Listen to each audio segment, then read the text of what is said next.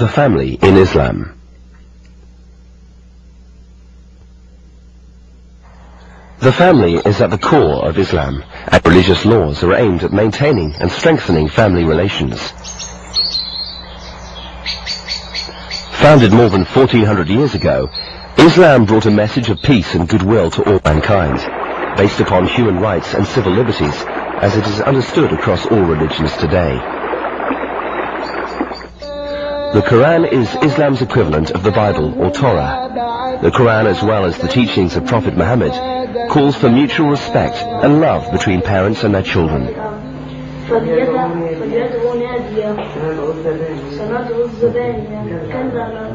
Muslim parents are held accountable before Allah or God for the way they raise their children. In return, Muslim children are expected to respect their parents, listen to their opinions, never raise their voices in front of them, and take great care of them as they grow older. Homes for the elderly are very rare in Muslim societies. The responsibility of aging parents and grandparents is shared by the children. Rana Atani is the oldest of four and lives at home with her parents. She is not restricted to the house and has many friends she socializes with. Well, the only time that I may think of leaving the house is when I get married, so I just move to my husband's home. Islam stresses the strong relation between the family, between the parents and the children. Moreover, it obliges us to treat our parents in a very nice way, in a very respectful way.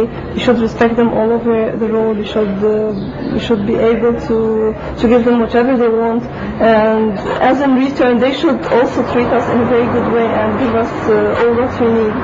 So Islam puts the rules on how we should treat our parents and how they should treat us.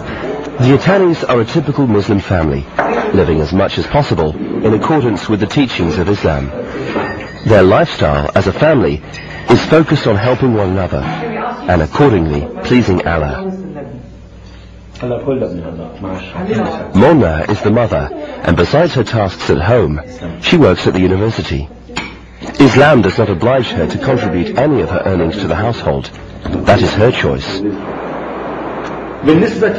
Concerning women, Islam does not forbid women from working. I think a Muslim woman should have many characteristics that reflect the principles of Islam. A Muslim woman should be veiled in the first place. She should be educated, she should be active, having from the inside that she wants to help the society, she wants to help anyone, no harm, no insult, nothing bad should be done for others.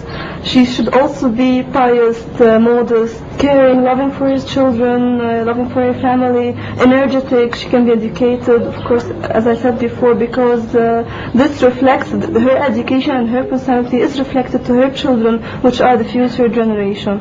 So Islam doesn't prevent me or any Muslim woman from doing anything she wants, but of course within ethical boundaries and within the principles that Islam wants. For example, I was educated in an American university and I've got an engineering degree. I also work in an engineering company. Despite her full schedule, Rana also finds time for her friends and religious commitments. Every Wednesday evening, Rana, her sisters and their friends meet for a halakah at a private center in Beirut. A halakah is a religious gathering.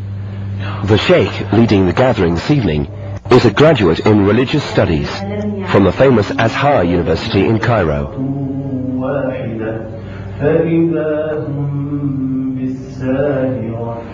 Marwan, the father, is responsible for supporting the family financially. He owns a small textile shop downtown, which he says serves the needs of his family. Every Friday, he attends prayers at his local mosque.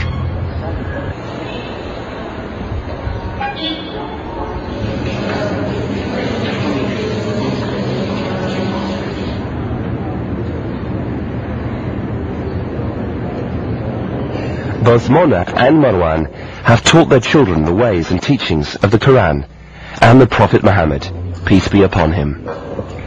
The family prays together as often as they can.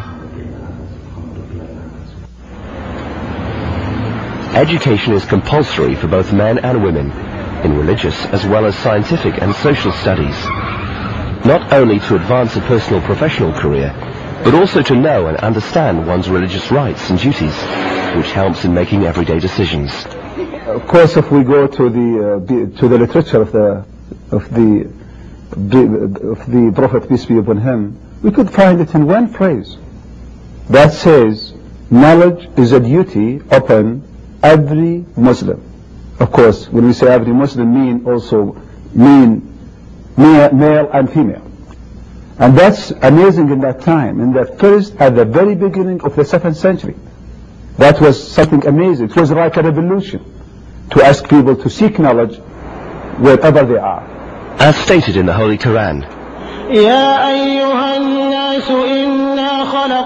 O mankind, we have created you from a male and a female, and made you into nations and tribes, that you may know one another.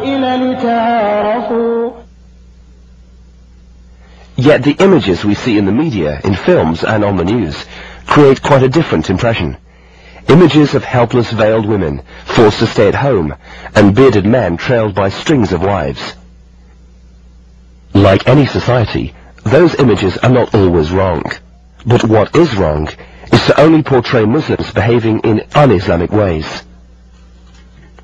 Following a simple day in the life of the Itani family represents just another day in the lives of many Muslim families, not only in the Arab world, but all over the planet.